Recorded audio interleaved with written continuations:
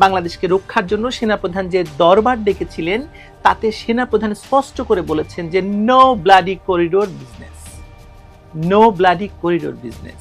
খুব স্পষ্ট এবং কঠিন একটি বার্তা। সেনাবাহিনীর অফিসার এবং সদস্যরা সেনাপ্রধানের এই বক্তব্যে উচ্ছ্বসিত হয়ে ওঠে এবং স্পষ্ট ভাষায় তাদের সমর্থন জানায় সেনাপ্রধানকে। আমি দেখতে পাচ্ছি যে সেনাপ্রধান জেনারেল ওয়াকারের নেতৃত্বে বাংলাদেশ সেনাবাহিনী বাংলাদেশকে রক্ষার যে শপথ সেনাবাহিনী গ্রহণ করে থাকে তারই প্রতিফলন তিনি ঘটালেন। সাবাস সেনাবাহিনী, ধন্যবাদ সেনাপ্রধান। আমার সঙ্গে আপনিও নিশ্চয়ই সুর মেলাবেন এবং এই ধন্যবাদ আপনিও জ্ঞাপন করবেন।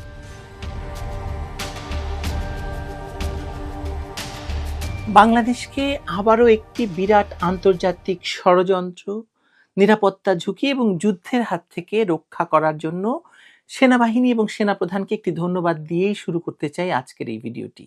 ইউনূস ও তার সন্ত্রাসী সঙ্গীদের দিয়ে বিগত জুলাই মাসে বাংলাদেশকে দখল করা হয়েছিল মূলত আন্তর্জাতিক গোষ্ঠীগুলোর বাংলাদেশের ভূখণ্ডকে ব্যবহার করে যুদ্ধ শুরু করার জন্য। না হলে গণতন্ত্রের ধোঁয়া তুলে কেন শেখ হাসিনার সরকারকে ফেলে দেওয়ার জন্য বিদেশিরা এত পরিমাণ অর্থ খরচ করবে বলুন তো? পাকিস্তানে যেমন ইমরান খানের সরকারকে উৎখাত করে একটি জোড়াতালির সরকার গঠন করা হয়েছিল, সিরিয়ায় যেমন আসাদ সরকারকে উৎখাত করে জঙ্গিদের হাতে ক্ষমতা তুলে দেওয়া হয়েছে, তেমনি বাংলাদেশেও শেখ হাসিনার সরকারকে উৎখাত করে ডক্টর ইউনূস গঙ্গের হাতে ক্ষমতা তুলে দেওয়ার মূল কারণ যে বঙ্গোপসাগর পর্যন্ত যুদ্ধকে টেনে আনা তা আর গোপন রাখতে পারছিল না ইউনূস সরকার। মানবিক করিডোরের নামে আরাকান আর্মিকে অস্ত্র এবং অন্যান্য সহযোগিতা দেওয়ার জন্যই হয়তো জুলাইতে জাতিসংঘ সেনাবাহিনীর উপর চাপ দিয়েছিল শেখ হাসিনা সরকারের বিরুদ্ধে সন্ত্রাসীদের দমনে বিরত থাকার জন্য। জাতিসংঘ মহাসচিব অন্য কোনো দেশের সদস্য কিংবা জাতিসংঘের সাধারণ পরিষদ, নিরাপত্তা পরিষদ কোনো রাষ্ট্রের সঙ্গে আলোচনা না করেই বাংলাদেশের অনির্বাচিত অগণতান্ত্রিক ইউনূস সরকারকে দিয়ে মিয়ানমারের চলমান গৃহযুদ্ধে বাংলাদেশকে একটি পক্ষ বানানোর চেষ্টা করছিলেন, কিন্তু সেনাবাহিনীকে দিয়ে ডক্টর ইউনূস এই কাজটি করাতে পারলেন না এবং এজন্য বাংলাদেশের সেনাবাহিনী তথা সেনাপ্রধানের অনড় অবস্থানের কারণেই সরকার এই সিদ্ধান্ত থেকে ফিরে আসতে বাধ্য হলো। ডক্টর ইউনূস পরাজিত হলেন, তার নিরাপত্তা উপদেষ্টা নামে যে একজন ভণ্ড আছেন তিনি পরাজিত হলেন এবং বাংলাদেশ বেঁচে গেল। ভেবে দেখুন ডক্টর ইউনূসের সরকার কতটা ডেসপারেট ছিল এই বিষয়ে। প্রথমে সেনাপ্রধানের উপর এবং সেনাপ্রধানের অনুপস্থিতিতে একজন নিরাপত্তা উপদেষ্টা নামের পলাতক এবং খুনি বাংলাদেশিকে বসিয়ে দিয়েছিল, যাতে সেনাবাহিনীর হয়ে সেই সিদ্ধান্ত নিতে পারে। পররাষ্ট্র উপদেষ্টা যখন ঘোষণা দিয়ে দিলেন যে আরাকান আর্মিকে মানবিক করিডোর দেওয়া হয়েছে, তারপর থেকেই সরকারের প্রোপাগান্ডা সচিবকে দিয়ে তাকেও অফ করিয়ে দেওয়া হলো। তারপর থেকে তার কোনো খবর নেই এবং শোনা যাচ্ছে তিনিও পদত্যাগ করেছেন। গোপনে এই ভয়ঙ্কর সিদ্ধান্ত নিতে আরেক বাধা হয়েছিলেন পররাষ্ট্র সচিব জসিমউদ্দিন সাহেব। তাকেও ওই নিরাপত্তা উপদেষ্টা এবং তার দেশি বিদেশি সঙ্গীদের দিয়ে নানাবিধ বদনাম অভিযোগ তুলে বিশেষ করে স্বৈরাচারের দোষর সাজিয়ে সরিয়ে দেওয়ার চেষ্টা শেষ পর্যন্ত সরকার সফল করিয়ে নিয়েছে। একজন চিহ্নিত জামায়াতি অফিসারকে এই সচিব পদে বসিয়ে কাজ হাসিল করতেও চেয়েছিল সরকার। কিন্তু এই যে দেশ বিরোধী এবং যুদ্ধের মধ্যে বাংলাদেশকে টেনে নামানোর বিপক্ষে একমাত্র শক্ত ঢাল হয়ে দাঁড়িয়েছিল সেনাবাহিনী তথা সেনাপ্রধান, বিমান বাহিনী এবং নৌবাহিনী প্রধান।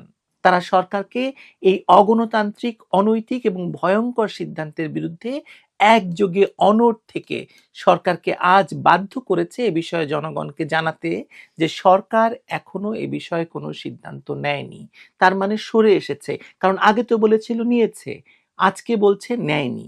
আজ একাধিক সাংবাদিক সম্মেলন ডেকে খুনি এবং পলাতক অবস্থা থেকে ফিরে আসা নিরাপত্তা উপদেষ্টা স্পষ্ট করে বলেছেন যে রাখাইনে মানবিক করিডোর নিয়ে বাংলাদেশের সঙ্গে কারো কোনো কথা হয়নি, হবেও না। কি আশ্চর্য!